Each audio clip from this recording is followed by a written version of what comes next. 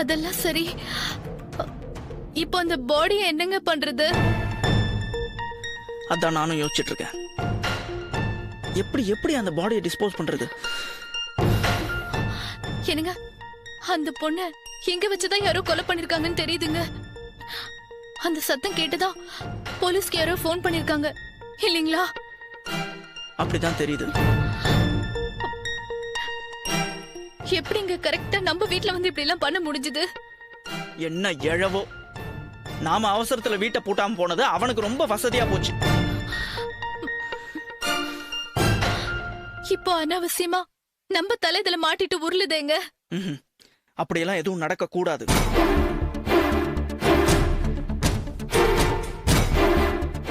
யாருக்கும் தெரியாம நாமளே அந்த பாடியை டிஸ்போஸ் பண்ணிடலாம். ஐயோ, அது எப்படிங்க முடியும்? முடியும், எப்படியாவது முடியணும்.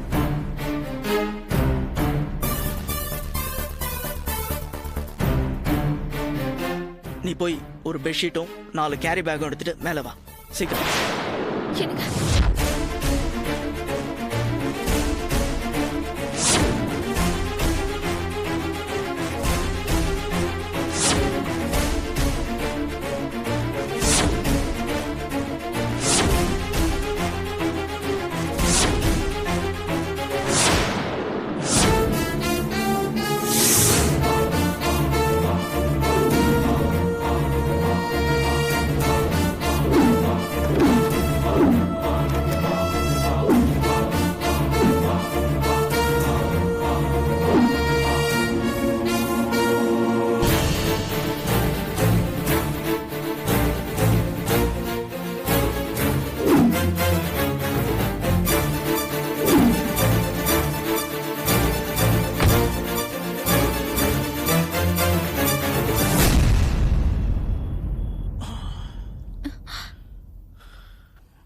என்னங்க இந்த டைம்ல ரோட்ல போனா ஜனங்க யாரும் இருக்க மாட்டாங்க. ஆனா வழியில போலீஸ் பிடிச்சிட்டா? ஆமாங்க, நீங்க சொல்றது சரிதான். விடிஞ்சதும் போலாங்க. விடிஞ்சாலும் டேஞ்சர் தான். இப்ப டைம் என்ன பாரு, 12 ஆகுதுங்க. நம்ம ஒரு 4 மணிக்கு மேல போலாம். ஆமா, எங்க போய் இதை டிஸ்போஸ் பண்ண போறோம்? பார்க்கலாம். எனக்கும் ஒன்றும் புரியல. கொண்டு போய் ஏதாவது ரயில்வே ட்ராக்ல போட்டுடலாமான்னு யோசிக்கிறேன். இல்லைன்னா எனக்கு தெரிஞ்ச ஒரு இடம் இருக்கு, ஆனா அங்க போய் பார்க்கலாம் அது எந்த அளவுக்கு சரி வரும். எனக்கு என்னமோ இதெல்லாம் பயமா இருக்குங்க. பேசாம அந்த இன்ஸ்பெக்டரை சந்திச்சு இந்த விஷயத்த சொல்லிடலாமாங்க? அவன் ஆளே சரியில்லை வித்யா. நாளைக்கு வேற எனக்கு ஃபாரின் பயர்ஸோட மீட்டிங் இருக்கு. அதை நான் அட்டன் பண்ணி ஆகணும். ஒர்க் ஆர்டர்ஸை கலெக்ட் பண்ணணும். இது நான் ஏற்கனவே உங்ககிட்ட சொன்னேன்ல. பேக் பண்ணது பண்ணியாச்சு. டிஸ்போஸ் பண்ணி முடிச்சிடலாம்.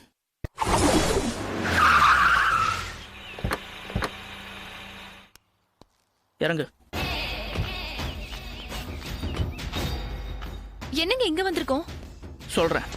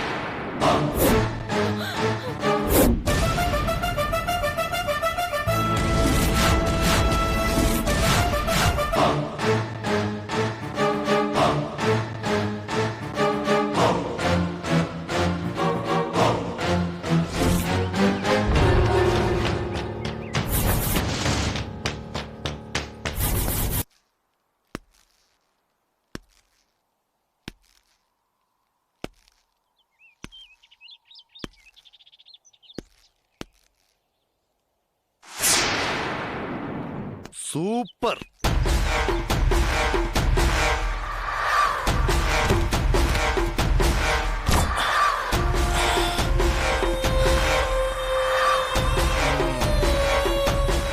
வாங்க சார். மிஸ்டர், பேர் என்ன சொன்னீங்க? உதய். உதய், வாங்க வாங்க வாங்க. நிறைய கொலை பண்ணிருப்பீங்க போல இருக்கு. ரொம்ப ஈஸியா பாடியை டிஸ்போஸ் பண்றீங்க. எங்கயாவது இந்த மாதிரி நடக்குமா? ஓ, இதத்தான் கொலையும் செய்வாள் பத்தினின்னு சொல்வாங்களோ? என்ன மிஸ்ஸஸ் வித்யா, நீங்க தான் புருஷனுக்காக கொன்னீங்களா? டெட் பாடியை டிஸ்போஸ் பண்ற விஷயத்துல இந்த அளவுக்கு ரெண்டு பேரோட கெமிஸ்ட்ரியும் ஒர்க் அவுட் ஆகுதே.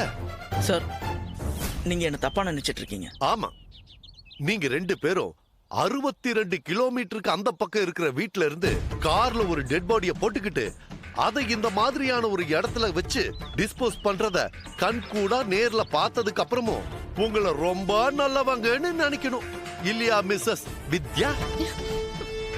சரி, சொல்லுங்க நல்லவர, நான் என்ன தப்பா நினைச்சிட்டேன்? சார், நடந்தது சொல்லிடுறேன் sir.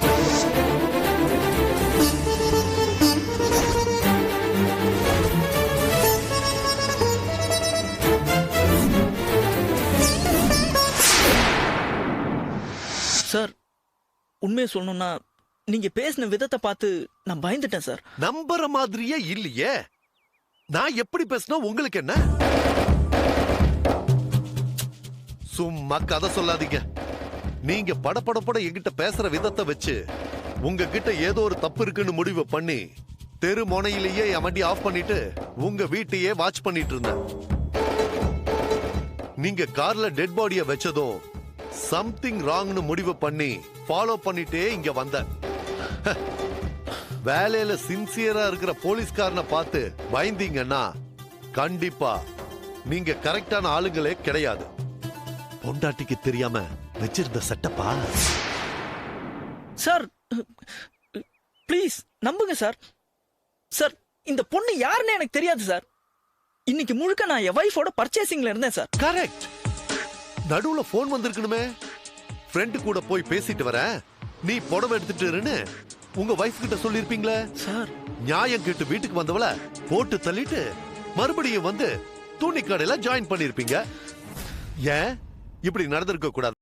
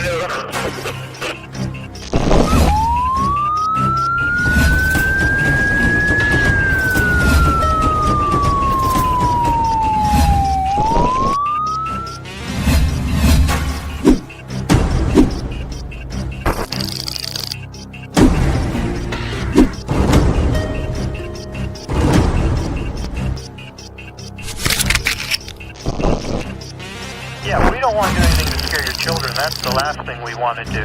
We don't want to scare anybody.